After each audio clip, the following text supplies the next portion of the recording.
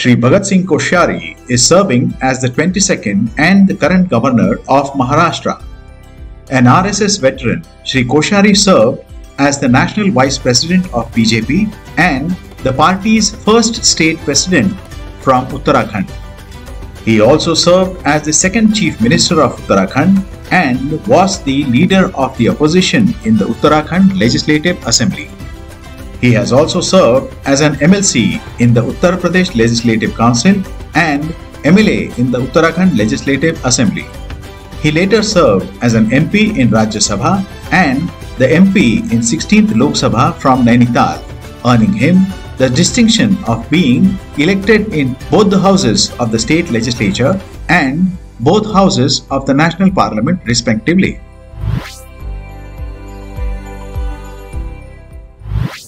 आज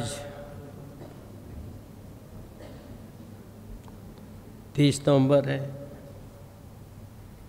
और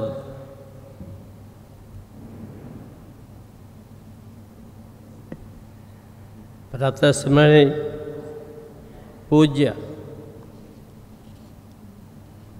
ज्ञानेश्वर महाराज जी का 725वां समाधि का दिन है और हमारे कराड़ साहब जब बोल रहे थे मेरे बारे में तो मुझे लग रहा था कि शायद ये चाहते कि मैं भी यहीं समाधि ले लूं।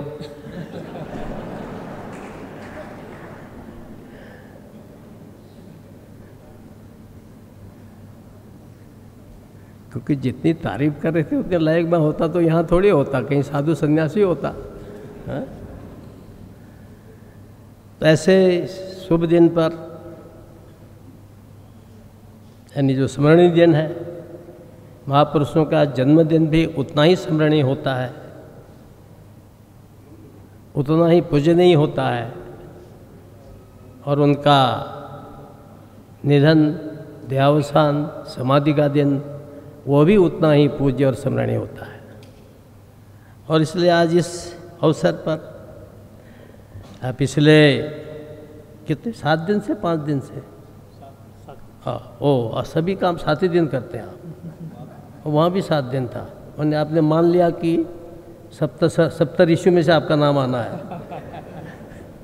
तो ऐसे 7 दिन से चल रहे भगवान ध्यानेश्वर और संत श्री तुकाराम जी के इंडाउमेंट लेक्चर सीरीज में उपस्थित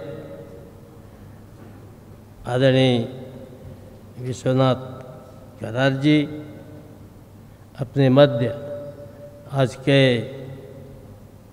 क्या बोलते प्रमुख पाहुणे आज के प्रमुख पाहुणे श्रीमान सुनील देवधर जी, भाई राहुल कराड़ जी, डॉक्टर चिटनीस जी, प्रोफेसर मिलन पांडे जी और प्रिय प्रोफेसर स्वाति जी, उपस्थित सभी भाइयों और बहनों, हम सब लोग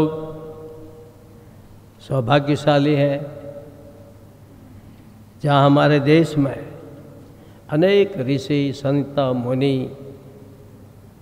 और ऋषितुल्य ऐसे गृहस्थ भी होते हैं, ऐसे राजा भी होते हैं, राजकर्मी भी होते हैं, जो समय समय पर समय की मांग के हिसाब से कुछ ऐसा करते हैं कि जिससे समाज जागृत होता है, आगे बढ़ता है, अपनी जो सुसुप्ता अवस्था है उसको छोड़ करके और समाज एक नई चेतना लेकर के आता है।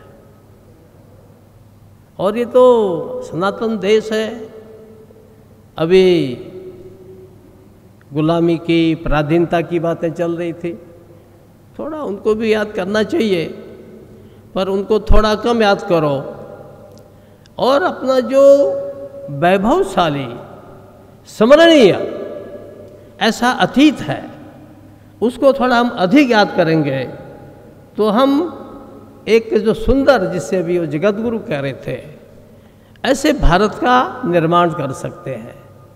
और ऐसे भारत के निर्माण का जिन जिन का भी सपना रहा है, उन सब में आदरणीय डॉक्टर विश्वनाथ कराड़ जी का भी एक सपना है। और आपका सपना हम सब लोगों का सपना हो और पूरे समाज का सपना हो। तो मैं ऐसे ही भगवान से प्रार्थना करता हूँ, क्योंकि अच्छे काम, हमारे तुलसीदास जी कहते हैं, सो जान ही जेहि देव जनाए, यानी आपको वही जानता है जिसको आप चाहते हो कि मुझे जाना है, वरना भगवान को जानने के लिए प्रयत्न बहुत करते पर हर एक को मिलता नहीं है। इसलिए तुलसीदास जी कहते हैं कि सो जाने ही जेहु देव जनाए, तुमको वही जानता है भगवान जिसको तुम प्रेरणा देता है कि तुमको जाना है। तो आपको ऐसी प्रेरणा दी है, आप सौभाग्यशाली हैं और हम सब सौभाग्यशाली हैं कि इस गुंबद के नीचे, और हम भी ये अनुभव कर रहे हैं कि आज एक का भारतीय संस्कृति, नहीं तो किसको फुर्सत है।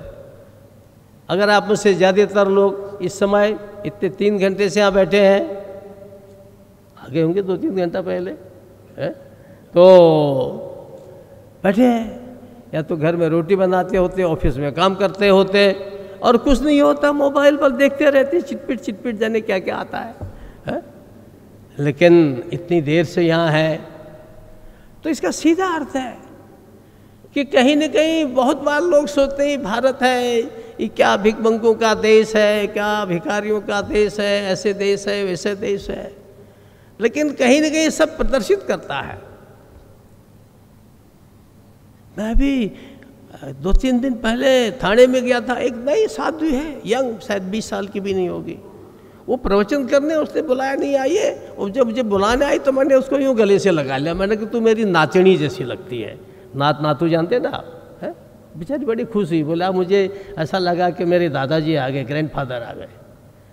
बोल रही थी, मैं गया वहाँ, मैं देखा कि हजारों की संख्या में महिलाएं पुरुष बैठे हैं। आखिर ये क्या है?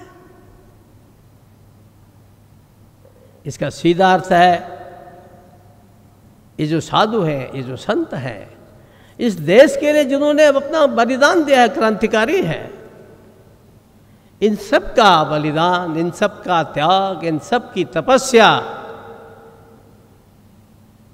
कहीं न कहीं रंग लाती है और हमारे रंगों में बहा करती है।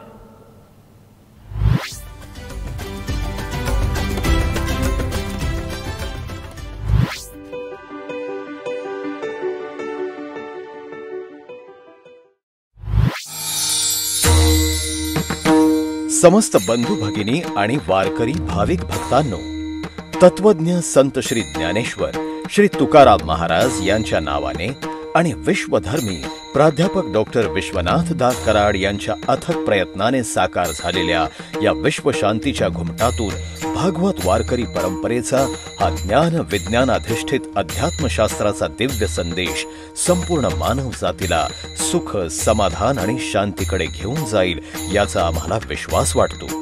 जगभरातील मान्यवरांनी गौरवलेला हा विश्व शांतीचा घुमट लवकरच जगातील एक आश्चर्य म्हणून ओळखला जाईल आणि भारताला विश्वगुरू म्हणून मान्यता प्राप्त करून देईल अशी आमची प्रांजळ भावना आहे।